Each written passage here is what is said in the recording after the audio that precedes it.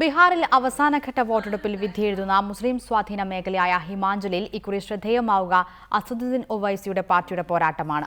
6 സീറ്റുകളിൽ മത്സരിക്കുന്ന AIMIMന് മുസ്ലിം വോട്ടർമാരുടെ വിശ്വാസ്യത ആർജിക്കാൻ ഇതുവരെയായിട്ടില്ല. ഒവൈസി മത്സരിക്കുന്നത് വോട്ടുകൾ ഭിന്നിപ്പിച്ച് BJPയെ സഹായിക്കാനാണെന്ന പ്രചാരണം ഗുണം ചെയ്യുമെന്നാണ് മഹാസഖ്യത്തിന്റെ പ്രതീക്ഷ. മുസ്ലിം വോട്ടർമാർ മുന്നണികളുടെ ജയപരാജയങ്ങൾ നിർണ്ണയിക്കുന്ന 5ാം ഘട്ട വോട്ടെടുപ്പിൽ കറുത്ത കുതിരകളാകാനായിരുന്നു അസാദുദ്ദീൻ ഒവൈസിയുടെ ഓൾ ഇന്ത്യ മജ്ലിസ് ഇത്തിഹാദുൽ മുസ്ലിമിൻ മത്സരരംഗത്തിറങ്ങിയിരുന്നത്. 24 സീറ്റുകളിലേക്ക് മത്സരിക്കാൻ ആലോചിച്ച പാർട്ടിയുടെ പോരാട്ടം 6 സീറ്റുകളിലേക്ക് ചുരുങ്ങിയപ്പോൾ തന്നെ ഹൈദരാബാദ് സ്വദേശിയായ ഒവൈസിയുടെ ആത്മവിശ്വാസം ചോർന്നെന്ന ആരോപണമുയർന്നിരുന്നു. സീമാഞ്ചലിലെ മുസ്ലിം സ്വാധീന ഗ്രാമങ്ങളിലൂടെ സഞ്ചരിച്ചാൽ പക്ഷേ ഒവൈസിക്ക് വലിയ പിന്തുണയൊന്നും കാണാനില്ല. ഒവൈസി BJPയുടെ ഏജന്റാണെന്ന മഹാസഖ്യത്തിന്റെ ആരോപണം വോട്ടർമാർ ഏറ്റുപറയുന്നത് കേൾക്കാം. उसका बोल है भाजपा के लिए, हमारे लिए नहीं है. इसलिए सब जान गया कि ओवैसी साहब का यहाँ चलने वाला नहीं है.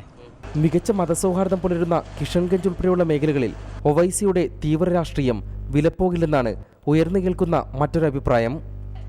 എന്നാൽ ഉത്തർപ്രദേശിലേക്ക് ചുവടുവയ്ക്കുന്നതിന് മുന്നോടിയായി ബീഹാറിൽ കന്നിയംഗം കുറിച്ച പാർട്ടി പ്രതീക്ഷ കൈവിടുന്നില്ല. 70% മുസ്ലിം ജനസംഖ്യയുള്ള മണ്ഡലങ്ങളിലാണ് ഒവൈസി സ്ഥാനാർത്ഥികളെ നിർത്തിയതെന്നതുകൊണ്ട് നേരിയ അടിയൊഴുക്കുകൾ മുന്നിൽ കണ്ട് മുസ്ലിം നേതാക്കളെ രംഗത്തിറക്കിയാണ് മഹാസഖ്യത്തിന്റെ പ്രചാരണം. The secular and non-secular political parties are vertically divided, and any party trying to divide the secular vote is ultimately going to help the BJP, not these political parties. ഏതെങ്കിലും ഒരു വശത്തേക്ക് ചായുന്ന രാഷ്ട്രീയ സ്വഭാവമുള്ള സീമാഞ്ചലിലെ വോട്ടർമാർ കഴിഞ്ഞ തെരഞ്ഞെടുപ്പിൽ 24-ൽ 19 സീറ്റുകളും JDU BJP സഖ്യത്തിനാണ് നൽകിയത്. എന്നാൽ ലോക്സഭാ തെരഞ്ഞെടുപ്പിൽ കിഷൻഗഞ്ച് സുപോൾ സീറ്റുകൾ നേടി നേട്ടം കൊയ്തത് കോൺഗ്രസും. ഒവൈസിയുടെ വരവോടെ മുസ്ലിം വോട്ടർമാർക്കിടയിൽ ചെറിയ ചാഞ്ചാട്ടമുണ്ടായേക്കാം.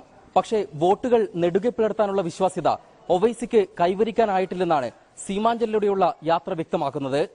കിഷൻഗഞ്ചിൽ നിന്നും ക്യാമറാമാൻ ഫൈസൽ നിൽക്കുന്നതോടൊപ്പം M. ഉണ്ണികൃഷ്ണൻ, റിപ്പോർട്ടർ.